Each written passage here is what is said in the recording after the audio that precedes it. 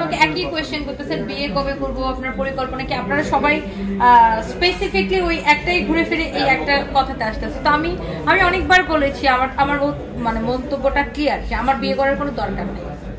বাংলাদেশে এরকম অনেক উদাহরণ আছে ভাইয়া, যে বাচ্চা পেটে রেখে নতুন বিয়ে হয়েছে, বাচ্চা পেটে হাজবেন্ড মারা গেছে, ওই মহিলা বাচ্চা হওয়ার পরে বাচ্চাকে বড় করছে, জীবনে বিয়ে করে নাই।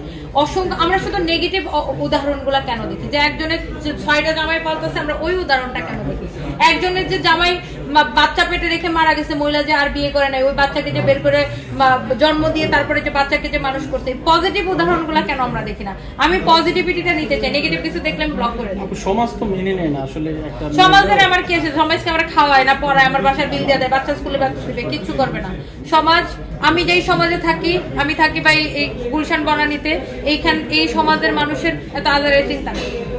আজারের মানুষের আজারের চিন্তা, যারা আজারের সমাজের মানুষ তাদের আজারের চিন্তা, যারা কাজ করে তাদের আসলে আজারের চিন্তা নাই। That's it, very simple. আমি কাজ করি, বাচ্চাদেরকে মানুষ করতে চাই। আমার হাজবেন্ড যেমন ভালো মানুষ ছিল, দোয়া করবেন আপনারা যেন আমার সন্তানগুলা ভালো মানুষ হিসেবে বড় হয়। আগে তো আমি ভ্যালেন্টাইন ডেতে আমি আমার হাজবেন্ড দেশের বাইরে যেতাম, আমি প্রতি মাসে দেশের বাইরে যেতাম, আমরা এত ট্রাভেল করতাম।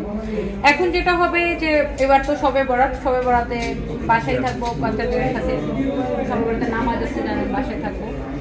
তারপরে আপনার এই তো বাচ্চাদের সাথে এখন আমার সবকিছু আমার বাচ্চার রিলেটেড। আমি দেখবেন যে আমার লাইফের মধ্যে দেখবেন আমি একটু কাজে সময় পেলে আমার ড্রাইভারকে বলে আমার বাচ্চাদেরকে বাসা থেকে নিয়ে আসবো, মানে সারাক্ষণ আমার বাচ্চাকে আমি সাথে রাখতে চাই।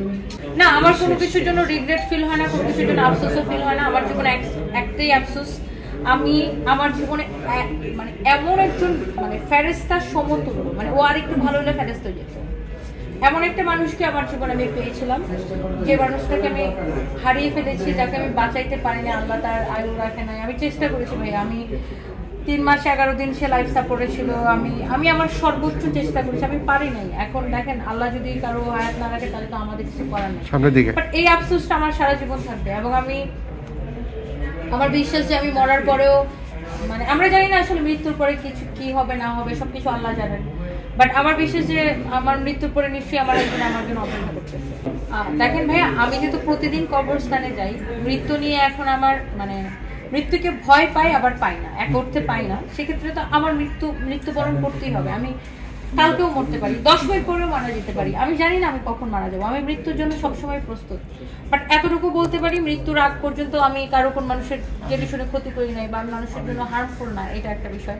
আরেকটা বিষয়, হ্যাঁ, মৃত্যুর জন্য তো অবশ্যই ভয় লাগে। আমার বাচ্চাগুলো ছোট, বাচ্চাদেরকে আমি মারা গেলে আমার বাচ্চাদেরকে দেখার কেউ নাই। সো ডেফিনেটলি আমি চাইবো যে আল্লাহ আমাকে সুস্থ রাখুক, এতটা দিন বাঁচায় রাখুক, যতদিন যে বাচ্চাদেরকে মানুষ করে। ইসলাম অনেক কিছু সমর্থন করে না। এখন আপনার সামনে বসে ক্যামেরার সামনে ইন্টারভিউ দিতেছি, এটাও ইসলাম সমর্থন করে না, অনেক কিছু সমর্থন করে না। বাট এখন দেখেন যুগটা অনেক পাল্টাই গেছে।